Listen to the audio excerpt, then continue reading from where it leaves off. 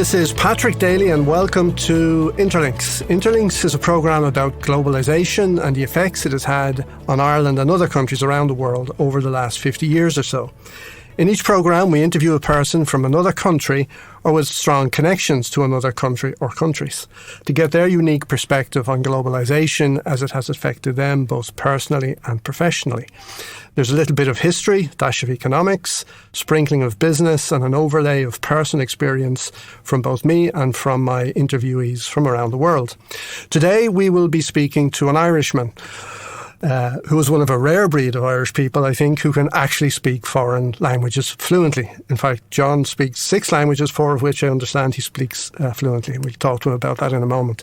John has travelled extensively around the world, both for business and for leisure, and so far has visited over 80 countries around the world.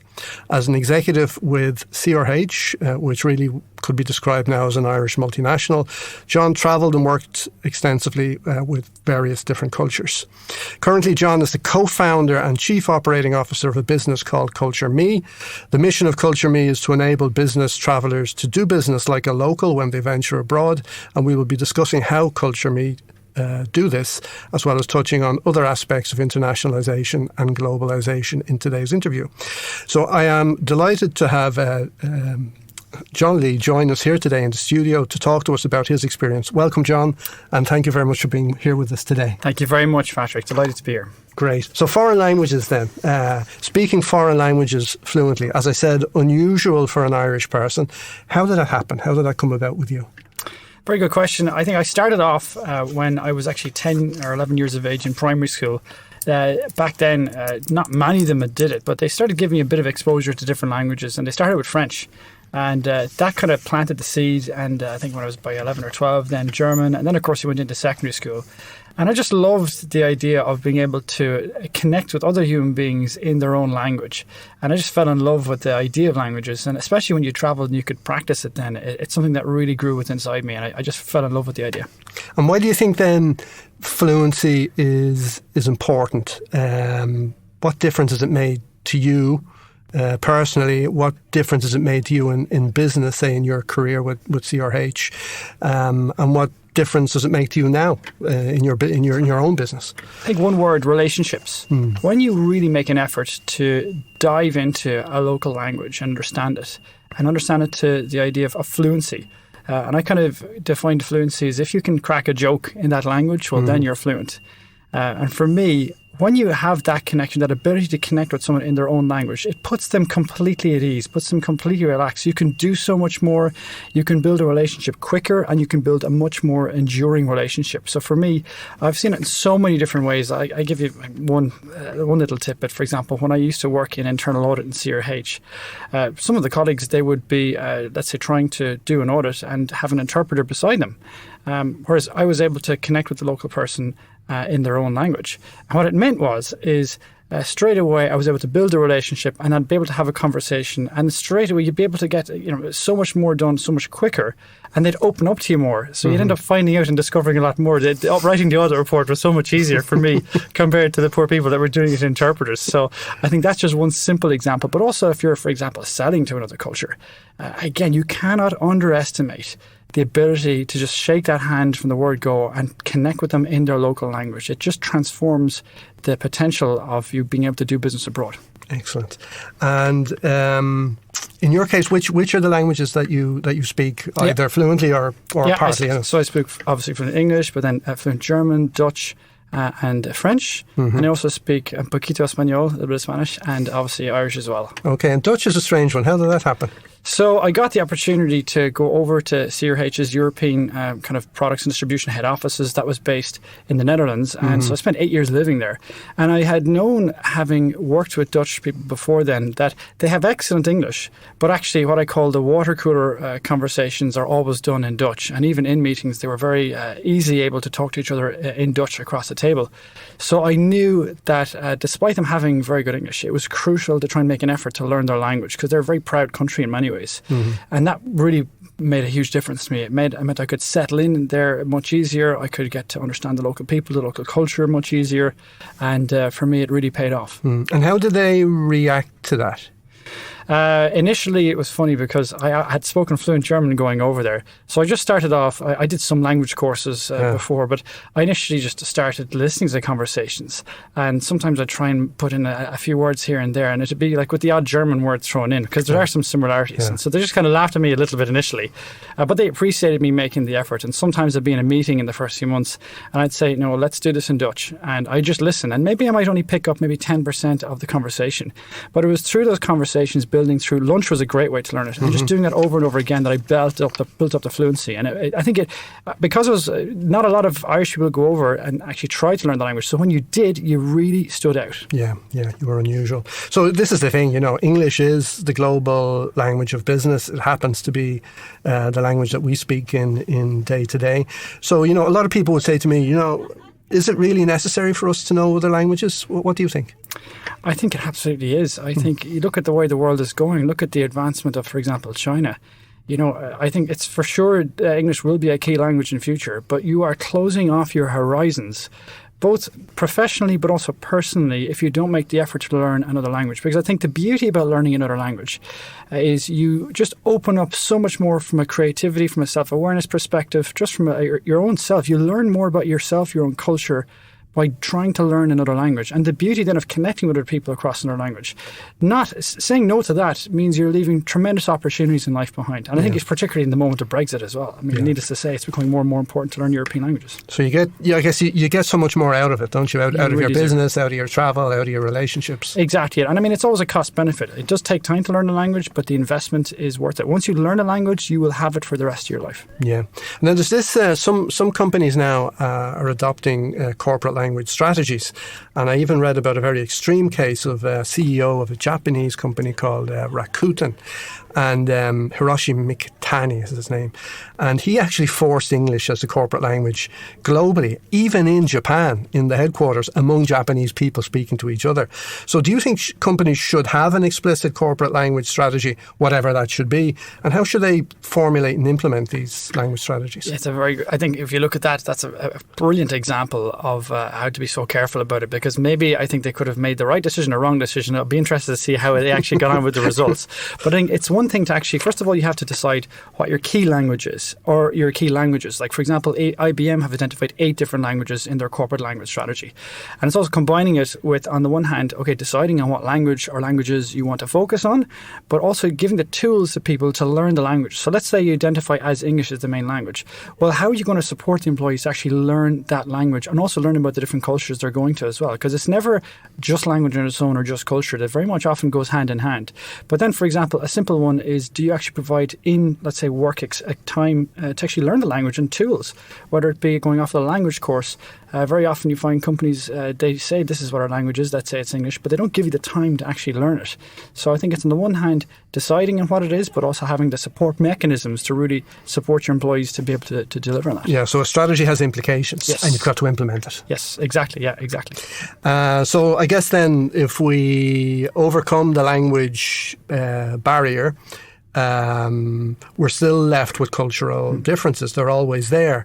Even with people that we think of kind of close to home culturally, maybe the British or the Americans. So just to start off with this from fundamentals, in your opinion, what is culture, or what's the definition of culture for you? For me, the essence of culture is your values, your beliefs, your customs that mark out your national culture. So if I was to ask you, your listeners, what makes you proud to be Irish? If you're from Ireland, what makes you proud to be Irish? And very often one of the questions we ask to illustrate this, we often pick a neighbouring country. So sometimes if you ask people, what are Irish people? They'll say, we're friendly, good crack, we're great for the pubs and all the rest. But that doesn't tell me very much. So what I often do is I pick a neighbouring country. I say, so you're like the Brits, are you? I say, no, hold on a second. We're different because of X, Y, and Z. And now you get to the essence of what the culture is. Yeah.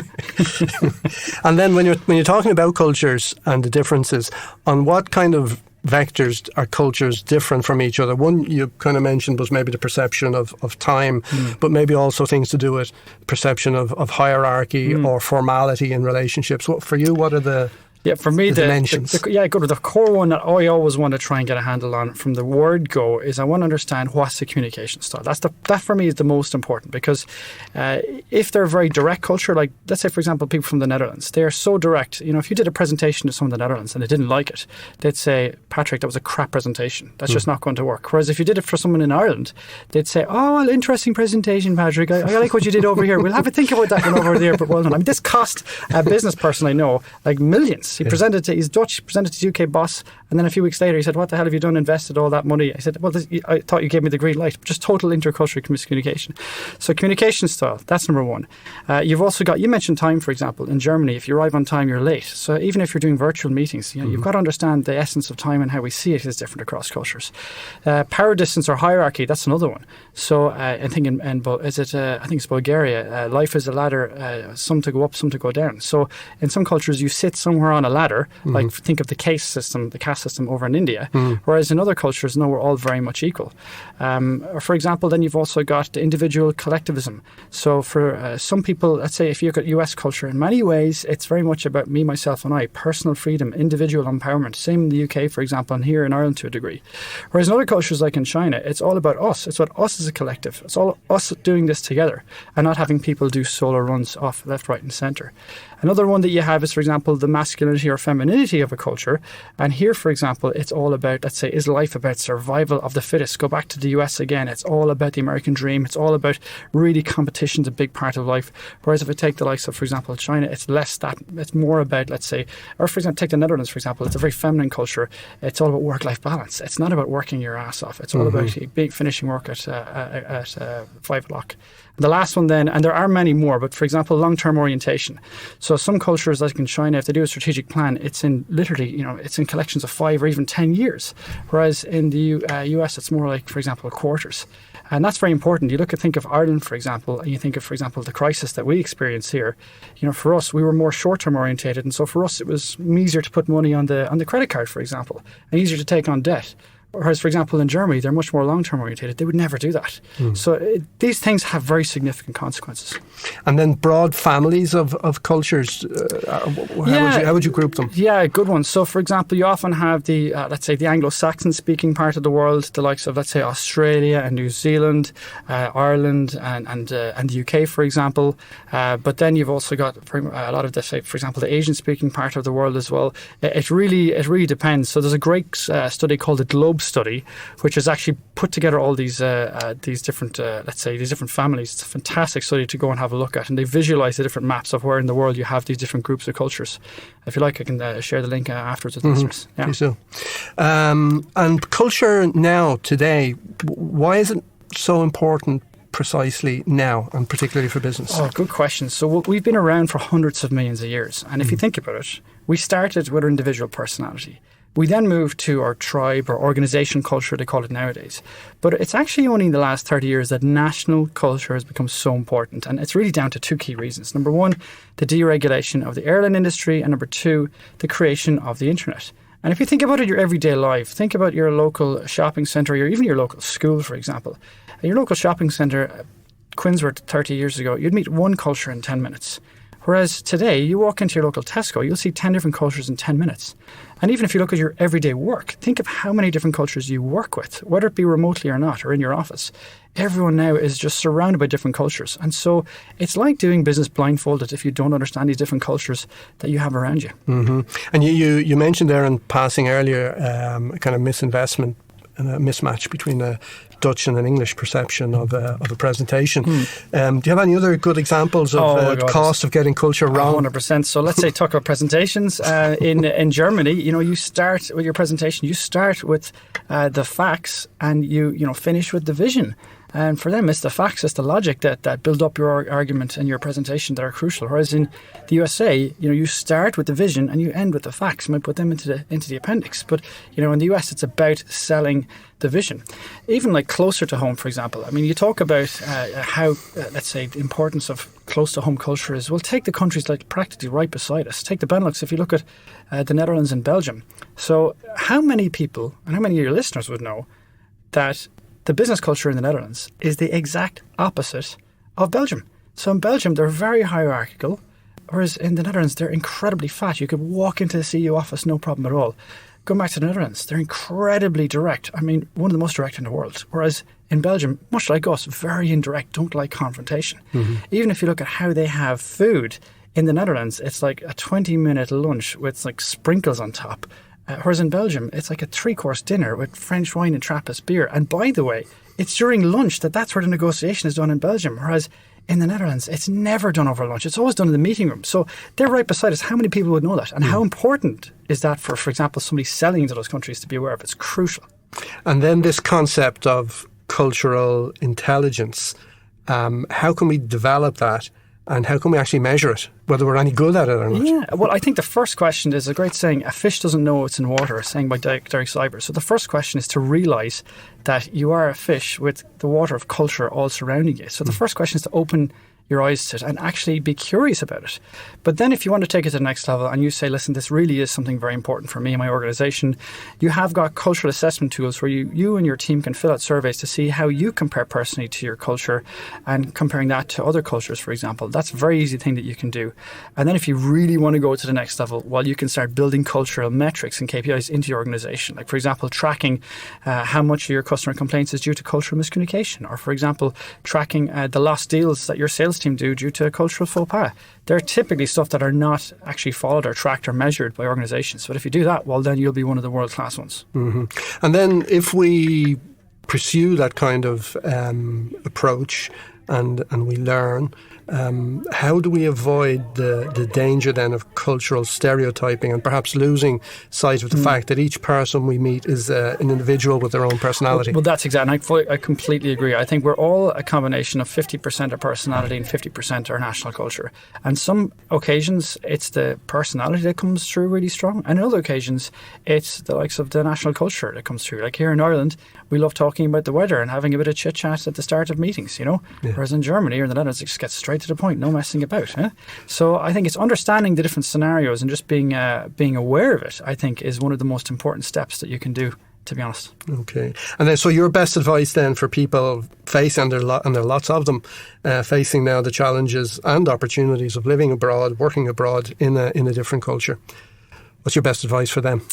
Oh, I think it's really important to get your mindset right of both you and, for example, if you've got family coming over with you or friends, help getting everyone ready and mindset-wise for this new culture, and expect the unexpected and expect this is going to be different, and take all your assumptions and throw them in the bin and come at it with a blank page. And I think what can also help massively as well is really making an effort to learn the local language. Of course, if you're moving to an English-speaking country, that's great. But if you're not, really making the effort consciously to go after and learn the language even before you go. I think the last tip I gave that I found as an expat was a massive help in the Netherlands is try and take something that you're passionate about. Let's say, for example, sports. For me, in my case, I'm a huge fan of rugby. So I joined a local rugby team in the Netherlands. Yeah, a rugby team's big in the Netherlands, there's not, but there are certainly a number of clubs there. So I joined that. That was a great way to integrate in with the local community. Because I think the risk is for expats, it's so easy to go off to the expat community. And it's important to network with them as well. But I think it's so important to really authentically deep dive into the local culture and the local network, and you'll get the best value out of it. Yeah, you see that repeat itself almost, expat bubbles, whether in Dubai or in Hong Kong or in Spain. And people live in those bubbles for years and years and come home and have really not really learned a whole lot in terms of the culture or language. The amount of people I spoke to in the Netherlands from Ireland or the UK, and they spent years in the Netherlands and didn't speak a word of English. In fact, I was really one of the exceptions to the rule. And I mean, that's a very sad indictment of missing out on the beauty of deep diving on another culture and people. Yeah, it's a kind of incuriosity, which I think George W. Bush was accused of that particular sin, wasn't That's exactly it. That's exactly it. So your business is called CultureMee, and I understand that you work with and help business travellers. So how do you do that, and what are the business benefits for clients? Yeah, good question. So if we look at the two things we do, the first thing we have is a digital content platform, and the second thing that we have is culture workshops. So the digital content platform is basically a platform where you've got really engaging videos around culture, done by local people and from visitors like ourselves, for example, to help bring about the beauty and help you understand the beauty of another culture, open your eyes to it. So that's the video is the first thing. The second thing we have is award-winning written content to help you understand the essence of a local culture. For example, how to do business like a local, the dining etiquette, like for example in Japan, the importance of chopstick etiquette and how to be aware of it, or family life. And that's the written content. And lastly, then we've also got graphs to allow you to compare your culture to the culture that you're going to be traveling to. And we've plenty of other things around it as well. For example, you can also have access to a global network of cultural consultants and whatnot. But essentially it comes down to the award-winning culture videos, the content, and also the graphs to compare your culture. And as for the workshops, what we do are really engaging workshops to help you understand and your team understand the beauty of culture and the importance of it, and how you can use, for example, simple culture models to navigate the different cultures that you're dealing with. And there we're kind of helping teams navigate the different intercultural tensions you can have with international teams, or helping, for example, salespeople be more culturally intelligent to boost your sales as an organization. And so what are your goals and ambitions then for the business in the coming years? But for us, if you look at why we started the business, I mean, there was a huge gap in the market. So, I mean, you essentially have a map to get to your destination. But when you get there, what have you got to understand the local people? And you think of how often we use Google Maps. I mean, everyone uses it when you're going abroad. But actually, when you're going abroad, how do you find out about the local people and the local culture? It's something that people, when you put it to them, actually there is this kind of a map of the local people. People go, well, actually, I am really curious. This looks like something very interesting. And I think for me, trying to change the mindset of people within business travel, that this is a huge opportunity and it's ultimately about people. I'm actually only just back from the Global Business Travel Association conference in Chicago last week. And there's some fascinating statistics from business travel. Basically, 7 out of 10 business travelers don't speak, 7 out of 10 travel managers don't speak to HR. But for 8 out of 10 let's say business travelers, travel experience really impacts on job satisfaction. But the problem is that 9 out of 10 travel managers don't survey their business travelers post-trip. So they're not actually asking the people, well, how can we really help you improve that whole travel experience, and where are your friction points, like, for example, anxiety on going to new cultures or whatnot. So I think for me, it's really focusing on that people side of business travel for me is massively important. So if we can shift the industry in a bit, that would be a big ambition. And I think in business today, this proliferation, if you like, of traveling, living abroad, working abroad, we take it for granted somewhat. But you know, I remember growing up in the 70s. You know, that was unusual. My father didn't work abroad. All the work he did was here, and everybody else's dad was pretty much the same, with 1 or 2 exceptions. So it's kind of a symptom of globalization that we've become accustomed to. So what's your view on where we are now with economic globalization, you know, with Brexit and Trump and all of this, and where do you see it going from here? Well, I think if you look at globalization, it's clearly at this point in time taking a little bit of a breather. If you look at the likes of the elements of, let's say, Trump and Brexit and whatnot, I think it's clear that perhaps in some countries, in some parts of some countries, the acceleration of globalization has been perhaps too quick for the local governments to support in some ways. So you talk about communities being left behind in certain parts of the US and the UK, for example. But I think long term, it's going to be with us forever. I think the world is becoming more global, but we're still fiercely proud of our own national cultures. So understanding those national cultures is always going to be important, and we will never lose the essence of what makes us special from as a national countries around the world. But I think the importance of globalization, the benefits are just too big long term to leave behind, I would suggest. Okay, so leaving maybe work aside just for a moment, outside of work, what kind of things do you like to do? Well, I've got 2 beautiful daughters and a fantastic wife. So Dee's a co-founder of me in the business, and we've a huge passion for travel. We love traveling around the world, and in fact, our eldest Rosa, she's 2 and she's already been to 23 countries. And we've only had our second Esme. She's only 5 months old now at the moment. So an absolute handful, but they're wonderful. For me, that really, when you're building a startup, it can be quite stressful. When you're coming back to that, it makes you realise what's really important. And other than that, then huge interest in rugby, massive interest in rugby. Okay, so the World Cup coming up soon. Yes, actually Japan. It's funny, I was only talking to Verna Jackman. Frothing at the mouth at this stage. Yeah, exactly, yeah. So to finish then, where can listeners find out more about you, more about your business and the services that you provide? You can go on to and visit our website. It's www.culturemee.com. It's 2 E's at the end, so CultureMee.com. Or they can also email me directly at john@culturemee.com. I'd be happy to help. Excellent, John. It's been Absolute pleasure. Very interesting, fascinating conversation. Thank you very much. So it just remains for me to say thanks to our guest, John Lee of CultureMee, and thanks to Ben on sound. And for more on business globalization and international supply chain management, check out my blog on albalogistics.com. That's ALBA Logistics, all one word, .com. And goodbye until next time. Thank you.